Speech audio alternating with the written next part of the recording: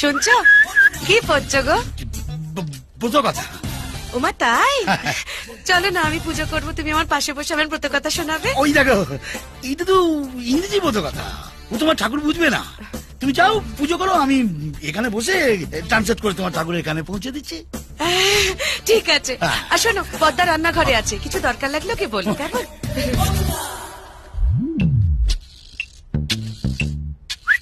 জিনিস একদম হাত দিবি না, ও সব বিদেশ থেকে ইন্দ্রদা আনিয়েছে। ওপরে একটা দেশি জিনিস আছে, সেটা আমি নিয়ে যাবো। এই এই ওকে মারলে কেন? ওকে মেরে ফেলবো আমি, তখন থেকে উল্টো পাল্টা কথা বলে যাচ্ছে। বলছি এত করে এ সমস্ত দামি জিনিস ইন্দ্রদার হাত দিবি না। তুমি যাও। চলো শুভাশিস। চল চল চল চল, এই, তোকে বাইরে শোনো, বসে শোনো, দিচ্ছি। তুমি আমাকে মারলে কেন? রাগ করিস না ভাই, দেখ তোর ভালোর জন্যই তোকে আমি একটা চর মেরেছি, নইলে একেবারে মরে যাওয়াচ্ছে অন্তত একটা চর খাওয়া ভালো। হ্যাঁ দেখ, তুই আমার বাড়িতে যা করার করেছিস আমি তো তোকে কিছু বলিনি, কিন্তু ভাই এখানে সেসব কিছু করিস না। তুই বুঝতে পারছিস তো আমি কি বলছি? আবার কি? Good morning sir. Good morning বাপের ছেলে।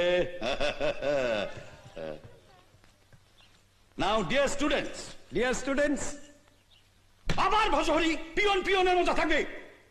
বলে যাসনি গৌর, আমরা একসঙ্গে পড়তাম। তুই ফার্স্ট ক্লাস পেয়েছিলি বলে তুই প্রিন্সিপাল হয়েছিস, আমি লাস্ট ক্লাস পেয়েছিলাম বলে আমি পিয়ন হয়েছি। আমাদের ক্লাস আলাদা হলো, জাত কিন্তু এক, মন থেকে। আমি সকাল থেকে রাত অব্দি খাটি, ওর বেলায় আম আর আমার বেলায় আটি, ওর বেলায় মাংস আমার বেলায় ভাত, ওর বেলায় ডিম আমার বেলায় লাল। ওরম করছো কেন? ওকে পুলিশ হতে হবে না? এই যে একেবারে ছাতি চওড়া করতে হবে না? খাও না গো, খাও। বাবা, মা ছাতি বানানোর কথা বলেছে।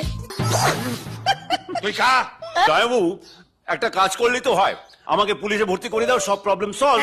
অত সহজ নয় বাবু, তোমার মতো একজন মাকাল ফল পুলিশ হতে হলে না, তাহলে একটা পুলিশকে জায়গা ছাড়তে হয়, আর তার জন্য একটা পুলিশকে মারতে হয়। কি ব্যাপার, তোমরা সবাই মিলে আমার দিকে এভাবে তাকিয়ে আছো কেন?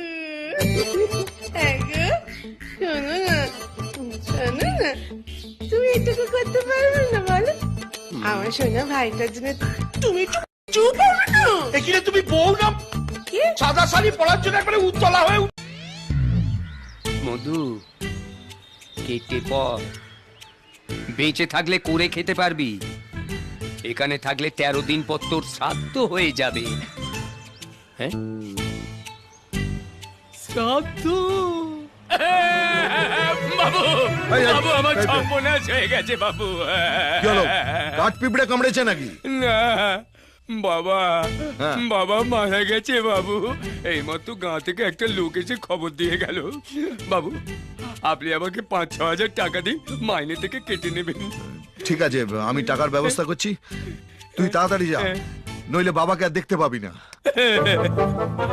আপনিও আমাকে আর দেখতে